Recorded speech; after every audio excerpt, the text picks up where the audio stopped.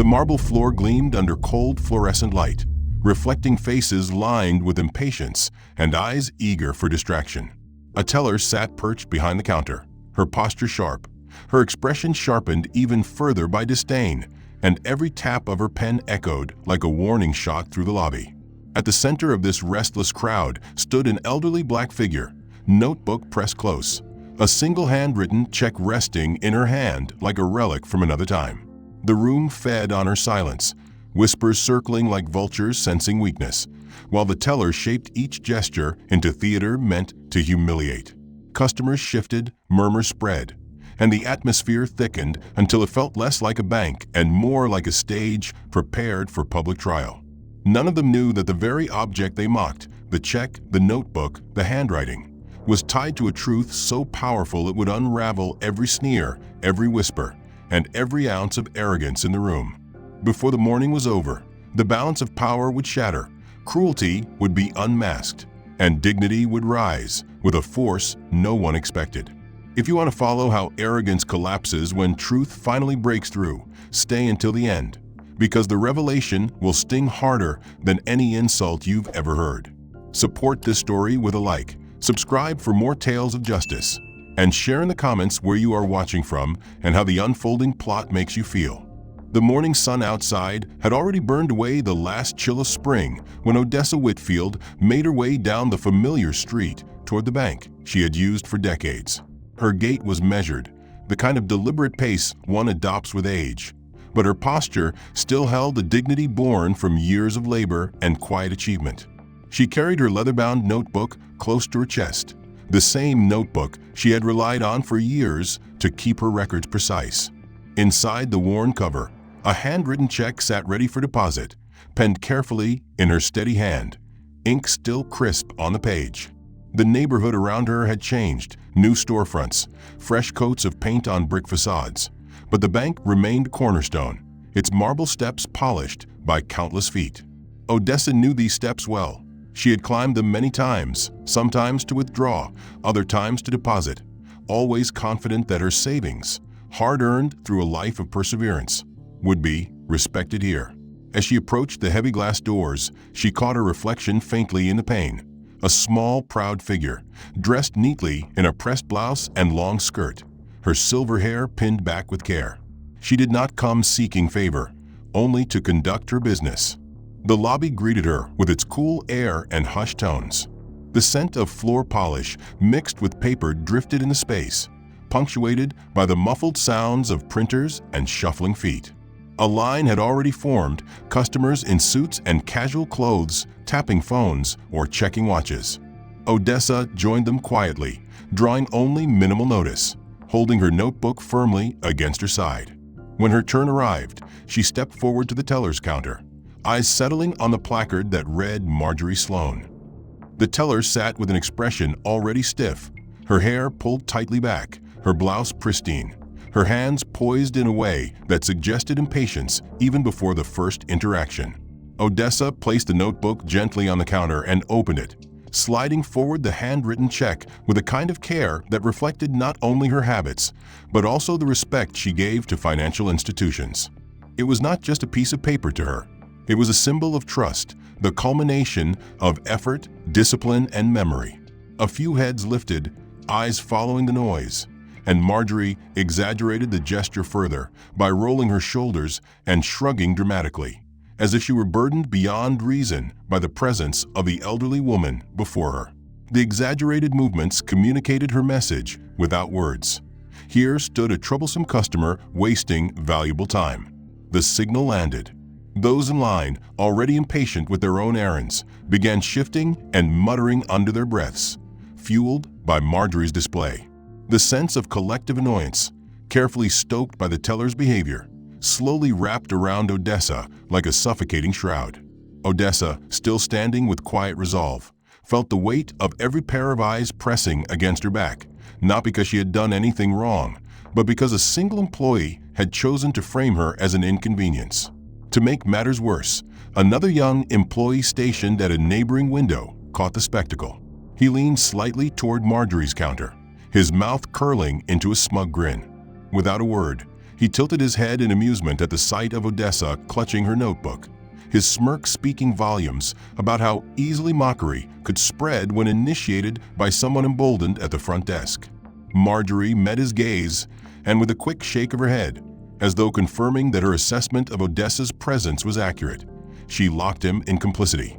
The silent exchange between them was poison disguised as camaraderie, and it rippled outward into the lobby. Customers in line, seeing not one but two employees engaged in subtle ridicule, allowed their own irritation to grow bolder. Whispered comments drifted through the air, indistinct in words but sharp in tone. Some leaned closer to one another, murmuring their judgments as if Odessa were a disruption rather than a patron. A mother with a child tugged her son closer, casting a glance of annoyance, while a man in a suit exhaled audibly, drumming his fingers against his briefcase in a performance of impatience meant to be noticed. For Odessa, the atmosphere changed from cold indifference to palpable hostility. What had begun with a single look of contempt was now a chorus of disapproval, a manufactured consensus against her. She felt it in the stiffening of her shoulders, the way her heart pressed more firmly against her ribs, but she did not bow beneath it. Years of lived experience had taught her how cruelty often bred followers, how one arrogant gesture could incite a crowd to align against the vulnerable. She knew the danger of standing alone under the judgment of many, but she also knew the strength in enduring until truth unraveled the falsehood. The notebook beneath her palm was more than paper and ink. It was her shield, a reminder of her purpose, and a quiet anchor against the storm building around her. Marjorie, emboldened by the reactions she had successfully drawn, leaned forward and tapped the pen again, faster this time, her eyes darting up to make sure the audience was still watching. She thrived in the role she had assumed for herself, the gatekeeper flaunting her control. With each exaggerated sigh and dismissive shake of the head, she crafted the image of Odessa as someone incapable, out of step, undeserving of the bank's time. The more she played the part, the more those around her believed it. The murmurs from the line grew thicker, a low rumble of discontent filling the air. The bank lobby, once a place of routine transactions, transformed into a stage where Odessa was unwillingly cast as the antagonist in everyone else's morning. The sound caused several customers to look up again, their curiosity reignited, and Marjorie leaned far into the chair, draping herself across the backrest with an exaggerated sigh. She folded her arms, chin tilted upward in disdain, her entire posture dripping with the message that she would not be rushed, nor would she grant Odessa the dignity of prompt service. It was not laziness. It was a calculated abuse of her small position of power, designed to assert dominance by forcing the elderly woman to stand helplessly while time stretched longer than it needed to. Odessa felt the strain in her knees as she continued standing, but she did not waver. Her strength held not in physical comfort, but in the quiet will to endure. The murmurs in line grew louder, some huffs of annoyance directed at Odessa rather than the teller, for Marjorie had successfully framed the delay as the fault of the customer. When Marjorie finally chose to move, she did so with exaggerated deliberation. Her hand reached for the check Odessa had placed so carefully before her, and she lifted it high under the harsh fluorescent lighting. The white paper caught the glare, and for a moment the check became a small beacon above her head. But Marjorie's eyes did not look for details. Instead, they rolled in a theatrical arc, her lids half closed in mock exasperation. She tilted the paper back and forth as though its presence offended her, as though it might contaminate her hands. This silent performance was not for Odessa, but for the spectators who had become her audience. She wanted them to see her disdain, to share in it, to confirm her perception that the handwritten check was worthless and the customer presenting it was even less worthy. Slowly, with a flourish that mimicked disdain more than procedure, she set the check aside on her desk.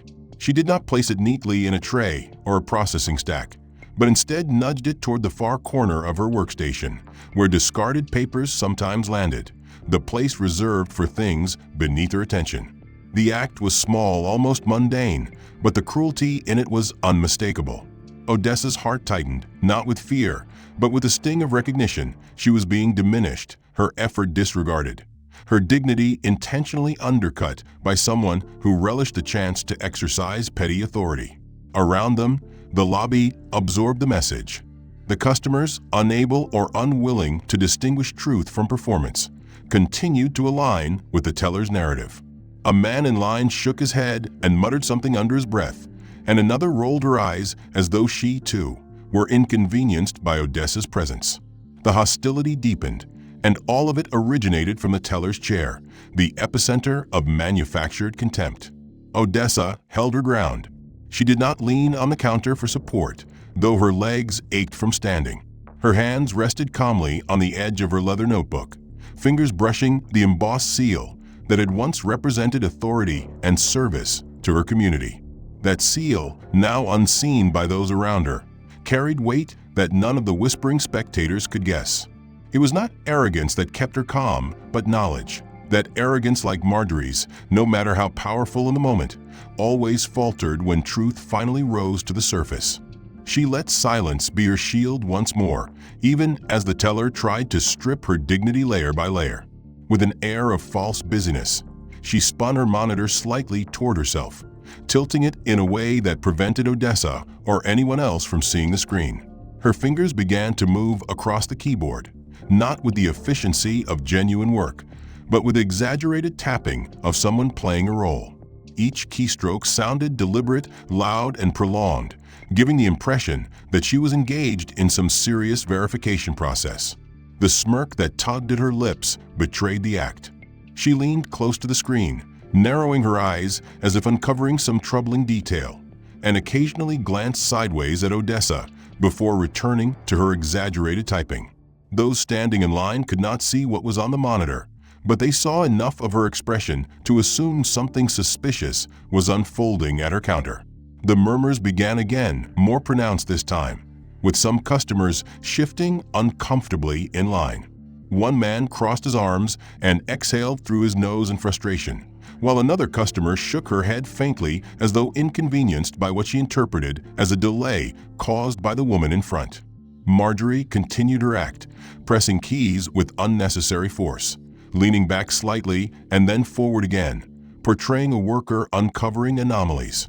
She thrived on the silent narrative she was crafting, one where Odessa was cast not as a loyal patron, but as a figure of suspicion, someone who had disrupted the smooth order of the bank.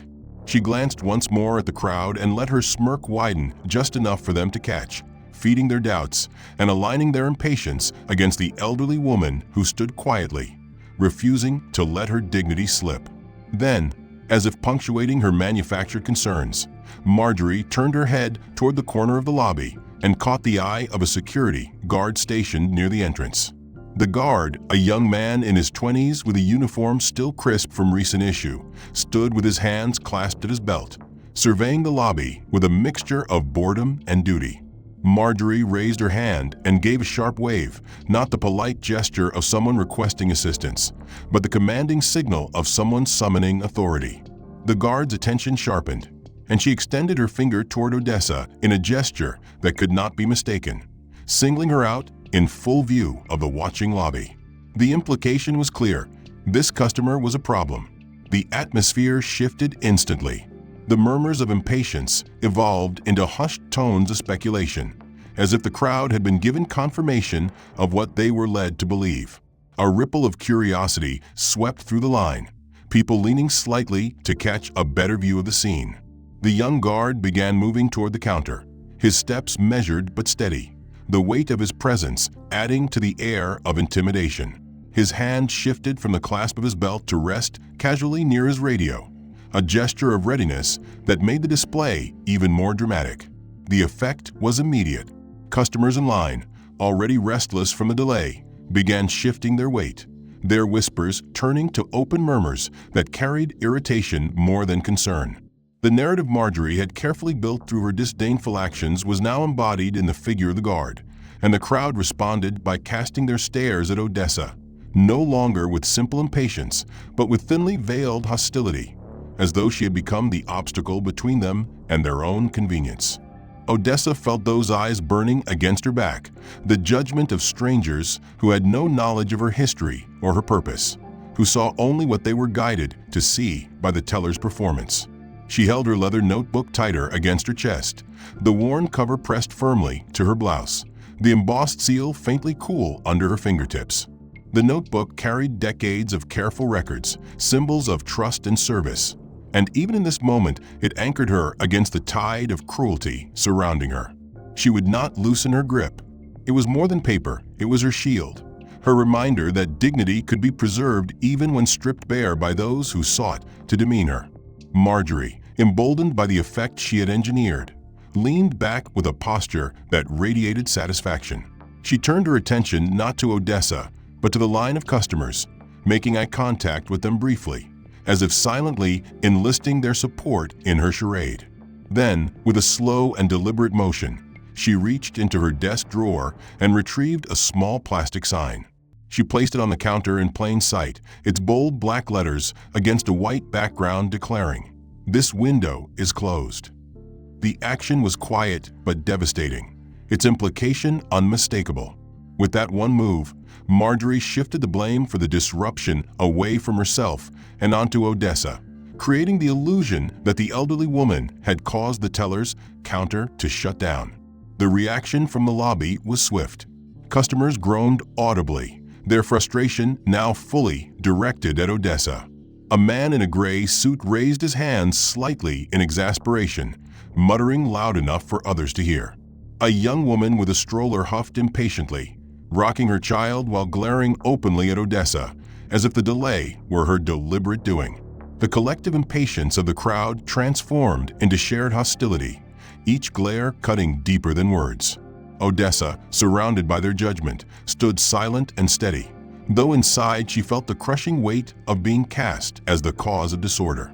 The security guard lingered at her side, his presence reinforcing the isolation that Marjorie had orchestrated. He did not yet act, but the way he squared his shoulders and kept his hand near his belt added to the air of intimidation. Odessa could feel her space shrinking, not physically but socially, as though she had been pushed into a corner where every eye and every breath in the room pressed against her.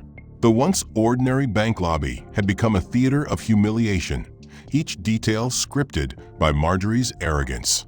With deliberate slowness, Marjorie reached for a photocopy of the identification documents Odessa had provided earlier, her fingers pinching the paper as though holding something foul. She did not review it, did not process it, did not even glance at its details. Instead, in one sharp motion, she dropped it into the trash bin that sat just beside her chair, making sure her action was visible to everyone standing in the lobby. The paper fluttered down and landed atop discarded tissues and scraps, and the sound of its fall seemed louder than it should have been. The meaning was unmistakable. To Marjorie, Odessa's documents, and by extension Odessa herself, were worth no more than garbage. The crowd reacted instantly, not with defense of the elderly woman, but with silence that affirmed complicity. Some in line averted their eyes, uncomfortable yet unwilling to intervene. Others smirked or shook their heads, convinced now that the teller's disdain was justified. The sight of official papers being tossed away should have raised alarms about misconduct, but in the poisoned atmosphere Marjorie had created, it became another layer of the performance, another reason for customers to believe that Odessa was unworthy of respect. The young guard's eyes flicked briefly toward the trash bin, then back to Marjorie, but he did not move. His posture suggested he accepted her actions as part of routine authority. Odessa felt her chest tighten, her breath pressing against the ribs as though struggling to remain steady. But she refused to bend beneath the weight of humiliation. She knew what those documents represented: years of careful responsibility, a lifetime of trust built with institutions that now turned cold. She felt the sting of seeing them discarded not only as an insult to herself, but as an attack on the principle of dignity she had lived by. Her instinct pushed her to retrieve the papers, but her dignity counseled patience. She would not scramble in haste. Instead, she waited for the right moment, her body still upright, her silence unbroken. Marjorie, watching with gleeful satisfaction, decided to extend the cruelty further. She reached into her drawer and retrieved a tissue, pulling it out with a flourish that was both unnecessary and theatrical. She wiped her hands aggressively, dragging the paper across her palms and fingers as though they had been contaminated by merely touching Odessa's documents. The motion was sharp, exaggerated, and unmistakable in its intent. When she finished, she crumpled the tissue with force and tossed it into the same trash bin where the identification papers lay, letting it land directly atop them. Then she leaned back and cast a mocking glance at Odessa, her eyes narrowed, her smirk wide, waiting to see if the elderly woman would stoop to retrieve her discarded belongings. The lobby watched with an eagerness that stung more than words. Customers had shifted fully into their roles as spectators now, some craning their necks, others whispering behind cupped hands, all complicit in the quiet theater of humiliation. A woman near the middle of the line nudged her companion, both of them smirking at the spectacle of the elderly customer being reduced to silence. The teller's actions had turned the ordinary bank visit into a display of domination, and Odessa was forced to stand at the center of it. Despite the hostility pressing in from every direction, Odessa did not break. She looked at the trash bin with calm eyes, her dignity anchoring her even as her heart ached. She bent slowly, not in defeat, but in quiet grace, reaching down to retrieve the papers that had been discarded. Her movements were deliberate, each gesture careful, her fingers steady as they closed around the documents and lifted them back into her possession. The crowd watched, some amused, some indifferent, and the teller smirked wider, believing she had reduced Odessa to submission. Yet those who truly looked closely, if any had cared to, would have seen that Odessa's movements carried no desperation. Instead, they carried resolve, as though retrieving the papers was not an act of defeat, but an act of preservation, a reclaiming of dignity that no teller's arrogance could erase. The tissue that had been tossed atop the documents crumpled slightly in her hand as she lifted it with the papers, and she placed it gently back into the bin, separating insult from identity. She held the documents once more in her hands, smoothing them out with the quiet dignity of someone who understood their worth even when others tried to deny it.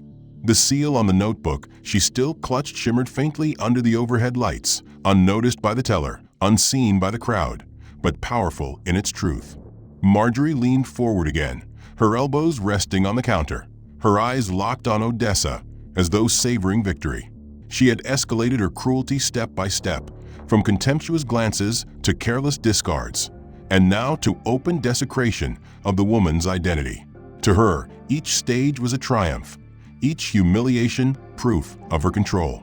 She mistook Odessa's silence for weakness, her endurance for surrender, never realizing that what she was truly building was the weight of her own eventual downfall. The guard shifted slightly, his eyes moving between Odessa and Marjorie, his posture stiff but still inactive. His silence, too, became complicity, another layer of isolation surrounding the elderly woman. The customers muttered, the teller smirked, and Odessa stood with her documents once more in her hands, her notebook still pressed against her chest, her dignity intact though bruised.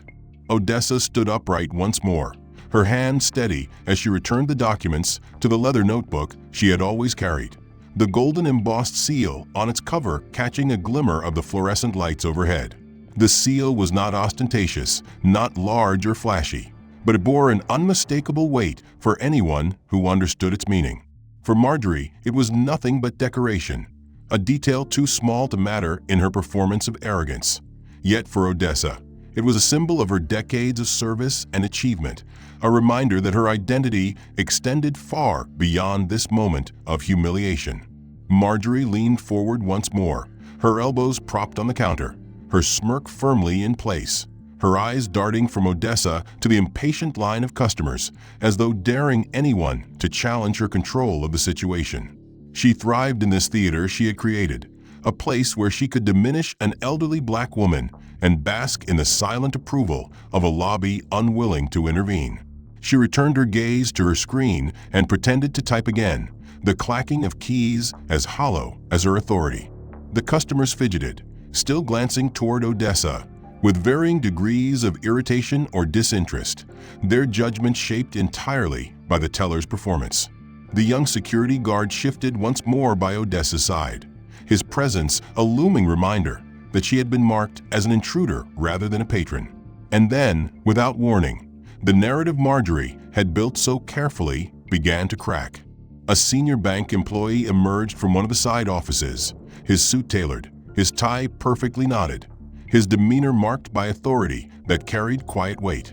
He was older, perhaps in his 50s, with silver streaks at his temples and an air of deliberate calm that contrasted sharply with Marjorie's smug arrogance. He walked with purpose down the polished marble floor, a file in his hand, clearly intent on reaching another part of the building. But as he passed the teller's counter, his eyes flicked casually toward the scene unfolding there. For a moment, he looked ready to dismiss it, just another minor disruption in a busy morning. But his gaze stopped when it fell on Odessa's leather notebook. The embossed seal caught his eye. His steps faltered. He slowed, his attention narrowing, and the file in his hand lowered slightly. Recognition crossed his face. He knew that seal, knew it intimately, because it belonged to the State Education Funding Board, an institution whose reach extended far into community programs and financial partnerships, including relationships with banks like this one. His eyes moved from the seal to Odessa herself, taking in her calm posture, her dignified bearing despite the humiliation surrounding her. There was no mistaking it. She was not simply an elderly customer fumbling with outdated methods. She was someone who carried history, someone whose name he had encountered before in professional circles. The pause lasted only a breath, but in that brief hesitation, the atmosphere shifted. The man inclined his head slightly, a gesture of respect that contrasted sharply with the mockery Odessa had endured. He did not intervene, not yet, for he had a destination and duties of his own, but his acknowledgement was unmistakable. His eyes carried recognition, his nod conveyed respect, and his presence alone disrupted the narrative Marjorie had so carefully built. He continued on, his polished shoes clicking softly against the marble, but the ripple had already begun. Several customers in line noticed. They saw the pause, the way the senior employee had looked at Odessa, the way his respectful nod had contradicted the teller's disdain. They exchanged glances, their whispers shifting tone. Questions flickered in their eyes. Who was this woman? Why had someone of clear authority within the bank stopped to acknowledge her with respect rather than dismissal? The arrogance of the teller had painted Odessa as a burden, but the recognition from someone who carried visible authority suggested a different story. Confusion began to stir in the crowd, thin cracks forming in the false consensus Marjorie had cultivated. Marjorie herself noticed, her smirk faltering for the briefest moment as she saw the senior employee slow and nod toward Odessa. For the first time that morning, a flicker of doubt crossed her face. She forced her expression back into smugness, leaning more heavily on her elbows, but the interruption unsettled her. The power she had wielded so easily was suddenly less certain, the crowd less united in its disdain. She glanced at Odessa with sharper eyes now, as though seeking to uncover something she had missed. But Odessa remained as she had been, calm, upright, her notebook close to her chest, her silence steady. For Odessa, the moment of recognition was like a gust of air breaking through stifling heat. She did not smile, did not change her posture, but inside she felt the first tremor of the tide shifting. She had known humiliation would not last forever, that arrogance carried within it the seed of its own downfall. The acknowledgement of the seal on her notebook, the respectful nod from someone with influence in the bank, was the first sign that truth could no longer be hidden. She did not need to declare herself, did not need to speak. Her life's work carried symbols that spoke on her behalf. The customers' whispers grew more complex now, no longer a single chorus of irritation. Some still glared, convinced by Marjorie's performance, but others began to hesitate, their eyes flicking between Odessa's calm figure and the path of the senior employee who had walked on with newfound urgency in his stride. A woman who had been glaring openly a few minutes earlier now shifted her stance, uncertain, while a man in line frowned, his arms uncrossing slightly as though reconsidering his judgment. The crowd was no longer united, and in that division, Marjorie's control began to fray. The young security guard shifted uncomfortably, his eyes narrowing in thought. He had seen the nod as well, had noticed the change in the crowd's energy. His hand dropped slightly from his belt, the posture of intimidation loosening just enough to signal hesitation. He looked at Marjorie, waiting for her next move, but his confidence seemed to waver. Authority, he realized, was not always held by the one who shouted loudest or smirked widest. Sometimes it was carried silently in a seal embossed on an old notebook, in the quiet recognition of someone who knew its meaning. She wanted to regain control, to reassert her dominance in front of the customers whose hostility had begun to waver. So she reached for the check she had discarded earlier, the handwritten slip of paper that had been at the center of this cruel spectacle since Odessa first laid it on the counter. Marjorie pinched it between two fingers as though handling something unpleasant, then lifted it again with a flourish intended to dramatize her role. She angled it under the fluorescent light as if examining it for flaws, tilting it back and forth.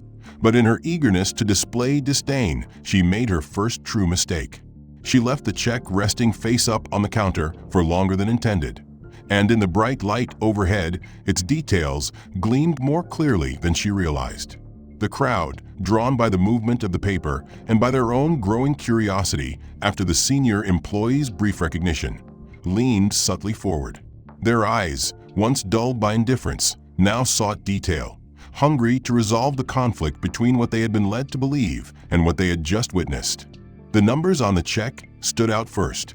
The 6 figures written neatly in blue ink captured attention like a sudden spark in the dimness of doubt.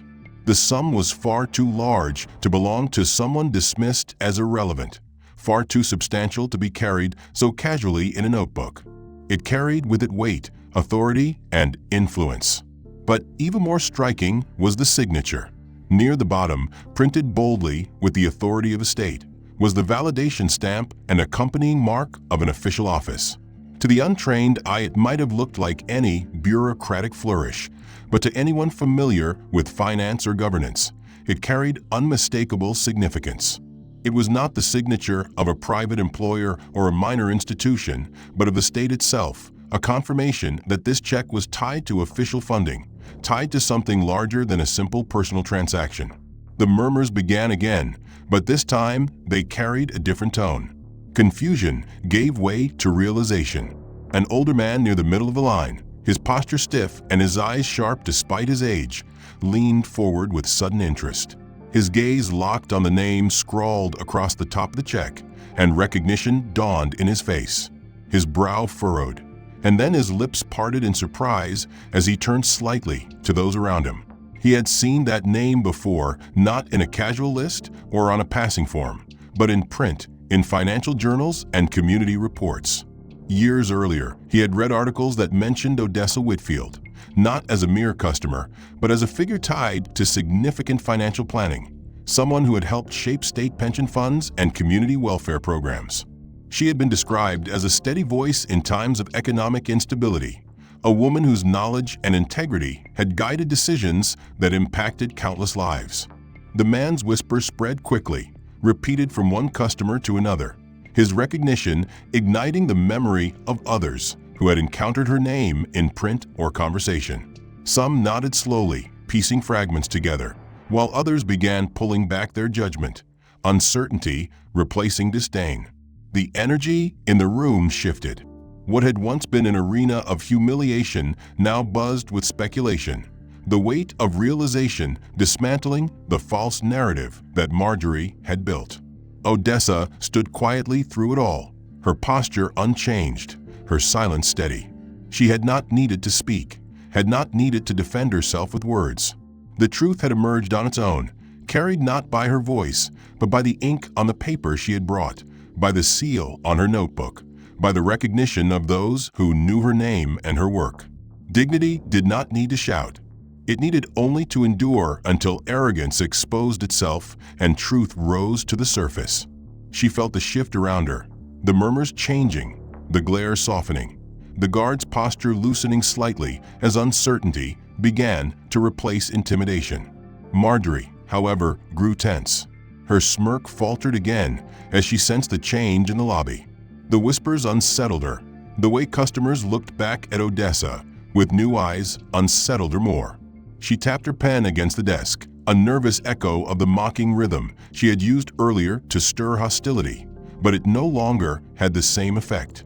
Her performance had cracked, and the details she had carelessly exposed were undoing her carefully staged narrative. She tried to gather the check back quickly, her fingers twitching toward it, but the damage had already been done. The six-figure sum, the official signature, the name Odessa Whitfield. Those details could not be unseen. The older man in line spoke louder now, his voice carrying authority born not from volume, but from certainty. He recalled specifics, mentioning the pension reforms, the community projects, the articles he had read.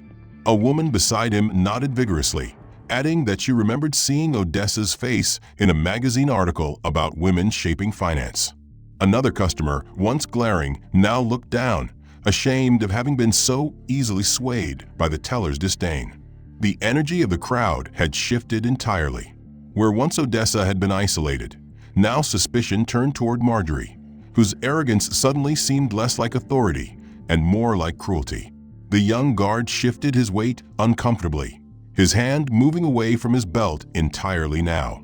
His eyes flicked between Odessa and the teller, uncertainty clear in his expression. Authority was fragile, he realized, and the woman he had been called to monitor might not be a threat at all, but someone of far greater importance than he or the teller had ever considered. He stood awkwardly now, less enforcer than bystander, caught in the uncomfortable position of knowing he had been used to intimidate someone undeserving of such treatment.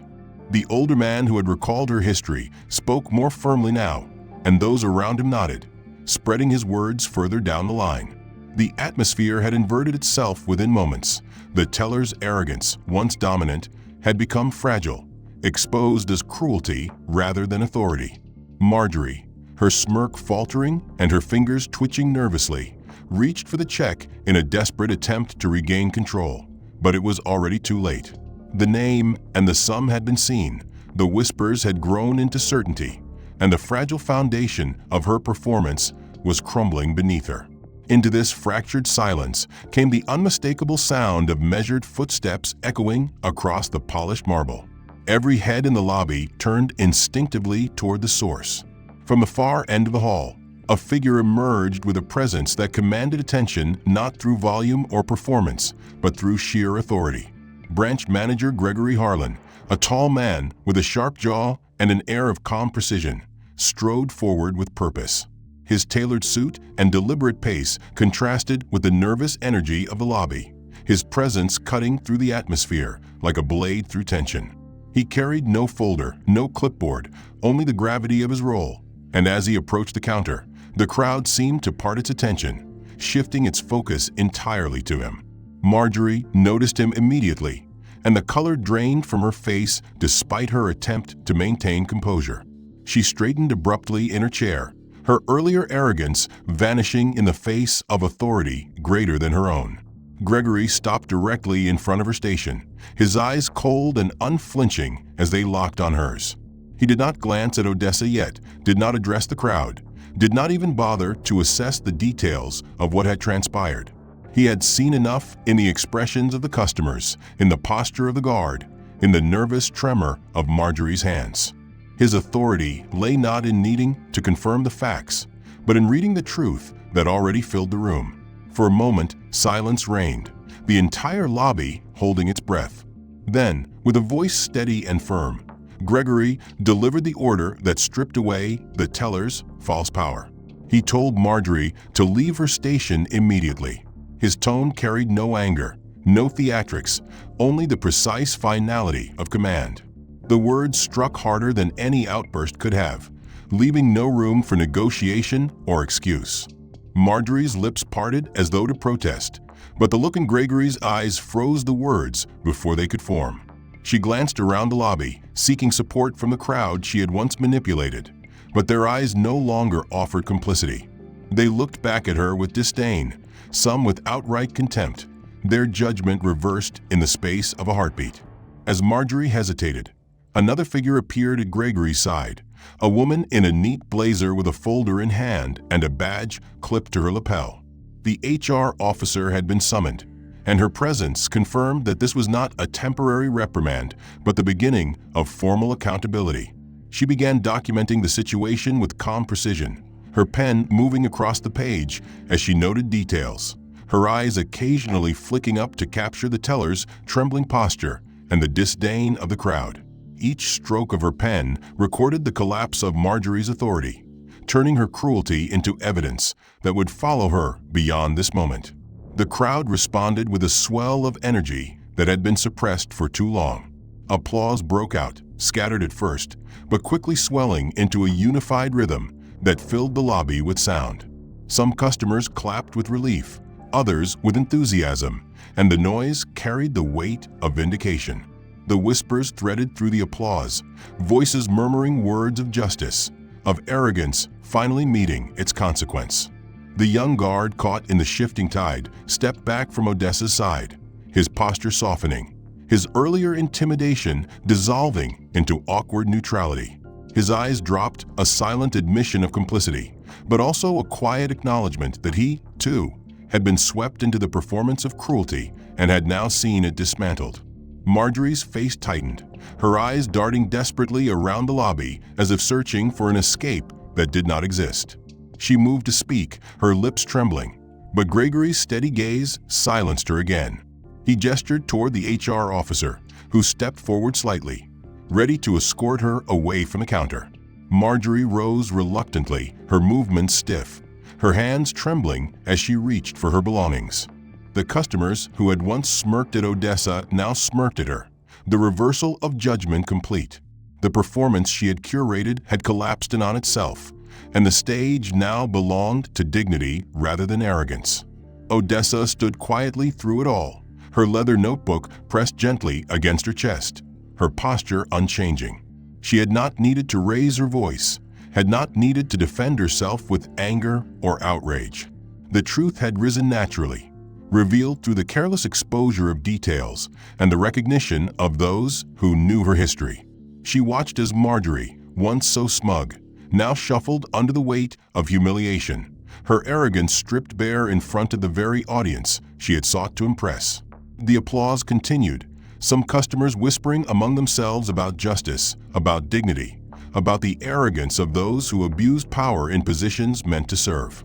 Others shook their heads in disbelief at how easily they had been swayed, how quickly they had joined in silent judgment of an innocent woman. The hum of realization grew louder. The energy of the lobby now filled not with hostility, but with vindication. Gregory finally turned his eyes to Odessa, and in that gaze carried a recognition deeper than the senior employee's nod earlier. It was not just respect, but apology, the acknowledgement that the institution he represented had allowed arrogance to thrive unchecked until this moment. He gestured for Odessa to remain where she was as he addressed the HR officer, ensuring the teller's removal was carried out with finality. The officer's pen scratched again across the page, recording the applause, the whispers, the humiliation of the teller, the dignity of the woman who had endured. The applause that filled the lobby after Gregory ordered Marjorie to leave her station still echoed faintly as the branch manager turned toward Odessa, his expression shifting from stern authority to genuine respect. He gestured toward a doorway leading to a private office, and for the first time since she had entered the bank, Odessa felt the weight of the eyes on her begin to soften. The customers, who had once glared and whispered with hostility, now parted slightly, their expressions tinged with shame, curiosity, and a quiet acknowledgement that they had misjudged her. The security guard stepped back entirely, his earlier intimidation dissolved into silence, and the HR officer continued to write in her notes as if recording history in real time. Gregory's presence guided Odessa forward, his stride steady and deliberate, his hand briefly lifting in a subtle gesture to reassure her that she would be treated properly from this point forward. Inside the private office, the air was cooler, quieter, the heavy door closing out the noise of the lobby. The polished wood desk gleamed under the softer light, and Gregory gestured for Odessa to sit in a leather chair that was clearly reserved for valued clients. She lowered herself gracefully, still holding her notebook against her chest, her face calm though the events of the last hour lingered heavily within her. Gregory took the check from her, no longer dismissive, but handling it with careful respect. He examined it only long enough to confirm what the crowd had already seen: the six-figure sum, the official state signature, the clear legitimacy of the transaction. His eyes met Odessa's, and in them was not only recognition but remorse, a silent apology on behalf of the institution that had failed her. He assured her, with the authority of his position and the weight of his tone, that her transaction would be processed immediately and with the full respect it deserved. While Gregory worked, the HR officer entered the room briefly, her notes complete, her expression professional yet firm. She confirmed that the teller had been removed from her post and that a formal review was being initiated. Her voice carried no theatrics, but her words were heavy with consequence, and Odessa understood that this humiliation would not vanish into silence, but would become part of a record that would follow Marjorie far beyond this lobby. The officer added that a public statement would be given to the customers in the lobby, acknowledging the misconduct and reaffirming the bank's commitment to respect and equality. Odessa inclined her head in quiet acknowledgement, not with gloating or triumph, but with the calm grace of someone who had always known that truth would eventually rise. The announcement came soon after. The heavy doors opened again, and Gregory stepped back into the lobby with the HR officer at his side. His voice carried across the polished marble floor, steady and resolute, as he apologized publicly to every customer present. He acknowledged the inappropriate treatment Odessa had endured, stated clearly that the behavior violated the principles of the bank, and promised that corrective action had already been taken. The customers listened, some nodding in approval, others shifting uncomfortably as guilt pricked at their consciences. A few clapped softly again, their applause less about spectacle and more about solidarity. The announcement transformed the lobby from a theater of cruelty into a place where justice had been spoken aloud. Meanwhile, Marjorie was escorted out of the building. Her face, once tight with smug arrogance, was now rigid with humiliation. She avoided the eyes of the crowd, her step stiff, her movements stripped of the confidence she had flaunted earlier. The customers who had once smirked with her now watched her departure with disdain, their perception of her reversed completely. She had sought to elevate herself through cruelty, but in the end she left diminished, her career in tatters, her arrogance exposed as weakness. The HR officer's notes would ensure she could not hide behind excuses. Her downfall was complete, and it was written not by Odessa's anger, but by the weight of her own actions collapsing under scrutiny. When Gregory returned to Odessa in the private office, he handed her the completed receipt, the transaction processed smoothly and correctly, the respect that should have been offered from the beginning now delivered without hesitation. He thanked her for her patience, his words deliberate, his tone sincere. Odessa accepted the papers with a gentle nod, her eyes calm, her dignity intact. She rose from a chair, placed her notebook back under her arm, and walked steadily toward the door. She carried herself not with the air of someone triumphant over an enemy, but with a quiet poise of someone who had endured injustice and allowed the truth to reveal itself in time. When she stepped back into the lobby, the atmosphere had shifted entirely. The crowd that had once been her silent jury now stood as her silent witness. Some lowered their eyes, ashamed of their earlier complicity. Others looked directly at her with admiration or respect, their faces softened, their posture less rigid. The hostility that had once pressed against her back had dissolved, replaced with a hum of acknowledgement that she had endured with grace, and that cruelty had been defeated not by aggression, but by dignity. She walked past them without pausing, her steps measured, her gaze forward, her presence leaving an indelible mark on everyone who had witnessed the ordeal. The message of the day lingered in the air long after she left. The customers would not forget the sight of an elderly woman treated with contempt only to be revealed as someone of substance and history. They would not forget how easily they had been swayed by arrogance, nor how quickly the tide had turned when truth surfaced. The young guard would not forget the discomfort of realizing he had been used as a tool of intimidation against someone undeserving. The HR officer would not forget the firmness of her pen as she documented cruelty in the very institution meant to uphold fairness. And Gregory Harlan, the manager who had restored order, would not forget the weight of apology carried in his voice when he stood before the lobby. But most of all, they would not forget Odessa Whitfield, the woman who had walked into the bank with nothing more than her notebook and her dignity, who had endured humiliation with silence, who had retrieved her discarded papers with grace, who had allowed arrogance to unravel itself and reveal the truth. She left the building as calmly as she had entered, her steps unhurried, her posture steady, her presence radiating the quiet strength that comes from a life lived with integrity. The golden seal on her notebook glimmered faintly as it caught the light one last time before she stepped into the brightness of the day outside. The end.